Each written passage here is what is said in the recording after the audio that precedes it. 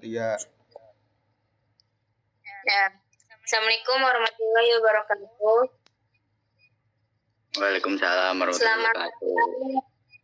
kepada Bapak dosen pengampu mata kuliah ilmu falak, yakni Bapak Hafizul Ahdi MH. Selamat siang juga kepada teman-teman semua.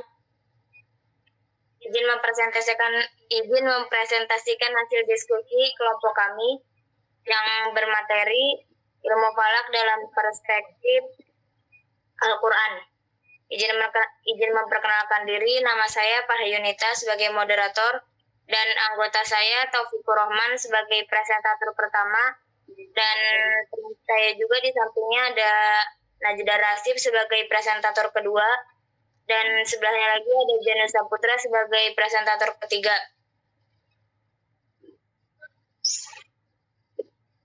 Untuk mempersingkat waktu, izinkan kelompok kami mempresentasikan materi ilmu falak dalam perspektif Al-Quran. Kepada presentator pertama, yaitu Taufikur Rahman, kami persilakan. Baik, terima kasih moderator yang sudah mengizinkan saya untuk baik. Falak menurut bahasa diartikan madar yang artinya orbit, garis atau tempat pergerakan falak. Menurut bahasa diartikan madar yang artinya orbit, garis atau tempat pergerakan bintang atau celestial of star. Ilmu falak berarti dapat diartikan ilmu yang mempelajari mengenai tempat beredarnya benda-benda langit. Salah satu ayat Al-Quran yang menjelaskan tentang ilmu falak adalah surat Yasin ayat 3. Wa qulu fi falaki yasbahun. Ensiklopedia Hukum Islam menjelaskan bahwa ilmu falak merupakan sebuah ilmu pengetahuan yang berfokus mempelajari benda-benda langit yang terkait bentuk fisiknya, geraknya, ukuran, hingga segala sesuatu yang memiliki hubungan dengannya. Di dalam kitab Al-Munjadid menjelaskan bahwa ilmu yang mempelajari tentang al-ilmu yabhasu an ahwalu ilmu falak adalah keadaan benda langit. Penjelasannya, adapun Kementerian Agama menjelaskan dalam Al-Manak Hisab Ruqyat tentang pengertian ilmu falak, yaitu ilmu pengetahuan yang mempelajari benda-benda langit seperti bintang, bulan, matahari, dan benda-benda langit lainnya dengan tujuan untuk memahami posisi dari benda-benda langit itu, serta untuk mengetahui waktu di permukaan bumi. Ilmu falak biasanya disebut dengan beberapa istilah keilmuan. Yang pertama, ilmu falak disebut dengan ilmu falak karena mempelajari tentang pergerakan benda-benda langit. Kedua, ilmu hisab. Ilmu hisab karena mempelajari tentang perhitungan. Ketiga, ilmu ar-rasad. Disebut ilmu ar-rasad karena diperlukan pengamatan. Keempat, ilmu mikot. Disebut ilmu mikot karena membahas tentang batasan waktu atau batasan tempat. Dari empat istilah di atas, yang paling populer di kalangan masyarakat adalah ilmu falak. Dalam Kamus Besar Bahasa Indonesia, ilmu falak juga diartikan sebagai ilmu pengetahuan yang menjelaskan tentang keadaan bintang, tentang peredarannya, perhitungan, dan lain-lain sebagainya. Tentu terkait keberadaan urgensi ilmu falak ini didasari dengan dasar-dasar hukum dalam Al-Quran. Dalil-dalil ilmu falak yang terdapat dalam Al-Quran antara lain yaitu Quran Surat Ar-Rahman ayat 55 ayat 5, Asyamsu wal qamari bihusban, artinya matahari bulan beredar sesuai dengan perhitungannya. Saya kembalikan kepada moderator. Baik, dilanjutkan untuk pemateri yang kedua, yaitu Najda Rasif Yami. Waktu dan tempat kami persilakan. Ya baik, terima kasih. Dilanjut, saya akan membahas dalil terkait ilmu falak. Terdapat sejumlah ayat Al-Quran dan hadis Nabi SAW yang memberikan isyarat dan motivasi agar umat Islam mempelajari, menguasai, dan mengembangkan ilmu falak untuk dijadikan pedoman dalam melakukan aktivitas dan beribadah. Paling tidak isyarat tersebut dapat diketahui dan dipahami dari 3 hal. Pertama, dari ungkapan Al-Quran yang memakai kata-kata seperti An-Najmi, artinya bintang-bintang, Al-Ard, artinya bumi, dan Al-Buruj, zodiak, Asyam, matahari, Al-Qamar, bulan, dan lain-lain. Kedua, benda-benda langit, matahari, bulan, dan bintang-bintang, seperti firman Allah Subhanahu wa taala berikut. Walladzi ja'ala syamsa diya'aw wal qamara nuran wa qaddarahu manazila lita'lamu adada sinina wal hisab ma khalaqallahu dzalika illa bil haqqi yufaddilul ayati liqaumi ya'lamun.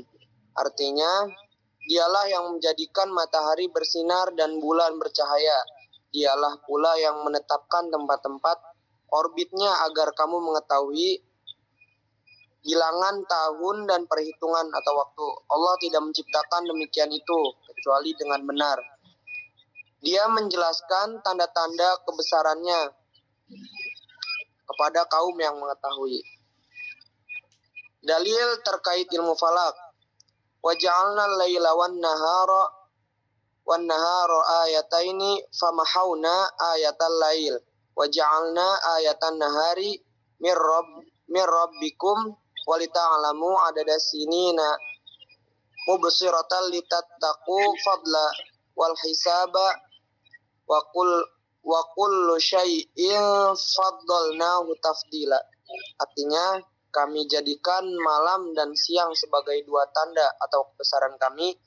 Kami hapuskan tanda malam dan kami jadikan tanda siang itu terang benderang agar kamu dapat mencari karunia dari Tuhanmu dan mengetahui bilangan tahun serta perhitungan atau waktu.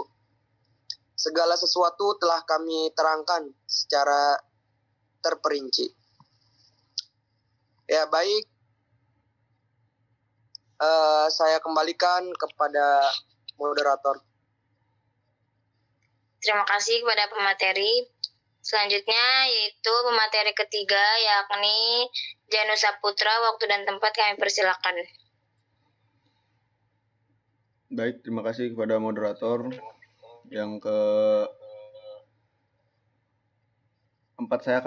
ketiga saya akan mempresentasikan tentang pandangan Al-Quran terhadap ilmu falak.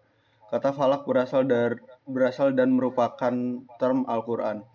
Di dalam Al-Quran ada kata falak yang tulisannya sama dan ada yang hurufnya berdekatan, tetapi beda baca dan beda makna. Kata falak yang dimaksudkan di sini adalah yang berdasarkan Al-Quran ayat 33 surat 21 Al-Anbiya, yang artinya dialah yang telah menciptakan malam dan siang, matahari dan bulan masing-masing beredar pada garis edarnya.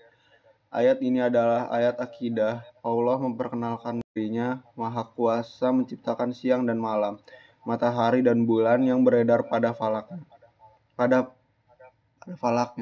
Agar manusia mau beriman atau memperteguh keyakinan kepada Kholiknya. Lewat perkenalan diri ini, Tuhan memberitahukan juga kepada manusia bahwa matahari dan bulan beredar pada falaknya.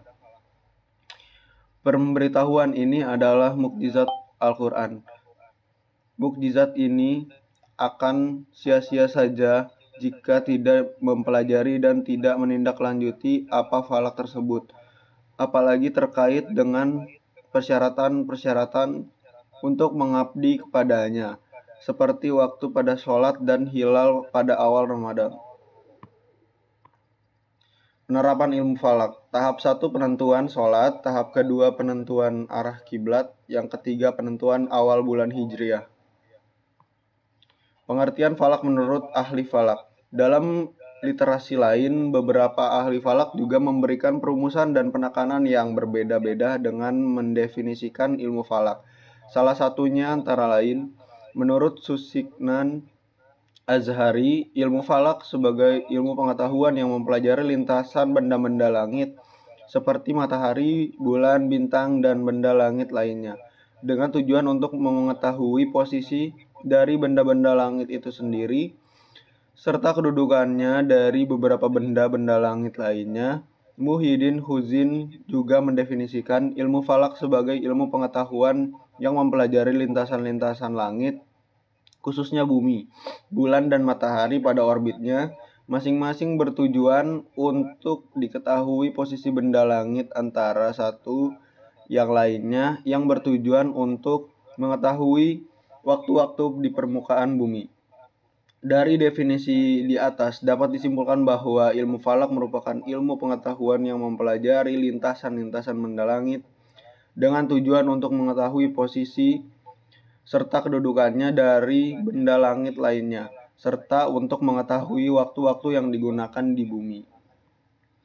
Dari dua definisi yang telah diuraikan dapat ditarik benang merah bahwa pembahasan dan objek kajian ilmu falak tidak terlepas dari benda-benda langit, baik itu dalam bentuk fisik benda dan gerakan, serta kaitan dan hubungan keteraturannya antara satu benda langit dan benda langit lainnya. Dengan bahasa lain, bahwa ilmu falak adalah ilmu yang mempelajari tentang lintasan benda-benda langit, khususnya bumi, bulan, dan matahari, dalam garis edarnya masing-masing untuk memperoleh fenomenanya dalam rangka kepentingan manusia, khususnya umat Islam, dalam hal menentukan waktu yang berkaitan dengan ibadah. Selanjutnya, saya kembalikan kepada moderator. Terima kasih. Terima kasih kepada pemateri. Yang materi selanjutnya yaitu kesimpulan. Jadi kesimpulan dari materi ilmu falak dalam perspektif Al-Quran adalah Al-Quran secara eksplisit menyebutkan keteraturan alam semesta, termasuk pergerakan benda-benda langit seperti matahari, bulan, dan bintang. Ayat-ayat seperti dalam surat Yasin menegaskan bahwa matahari dan bulan berjalan dalam orbit tertentu. Ini sejalan dengan prinsip ilmu falak yang mengkaji pergerakan benda langit dengan pola dan aturan tertentu. Al-Quran menegaskan bahwa alam semesta termasuk benda-benda langit diciptakan oleh Allah Subhanahu wa Ta'ala dengan pengaturan dan kesempurnaan. Ilmu falak yang mempelajari benda-benda langit menjadi bukti nyata kekuasaan Allah Subhanahu wa Ta'ala, dan ayat-ayat Al-Quran juga menjelaskan pergerakan benda langit seperti matahari, bulan, dan bintang, serta peran mereka dalam kehidupan manusia, seperti menentukan waktu sholat dan arah kiblat. Dan ilmu falak juga mempelajari atau mendorong umat Islam untuk merenungkan kebesaran Allah Subhanahu wa Ta'ala dan meningkatkan keimanan. Mungkin cukup presentasi dari kelompok 1. Kurang dan lebihnya kami mohon maaf. Terima kasih. Wassalamualaikum warahmatullahi wabarakatuh. Waalaikumsalam warahmatullahi wabarakatuh.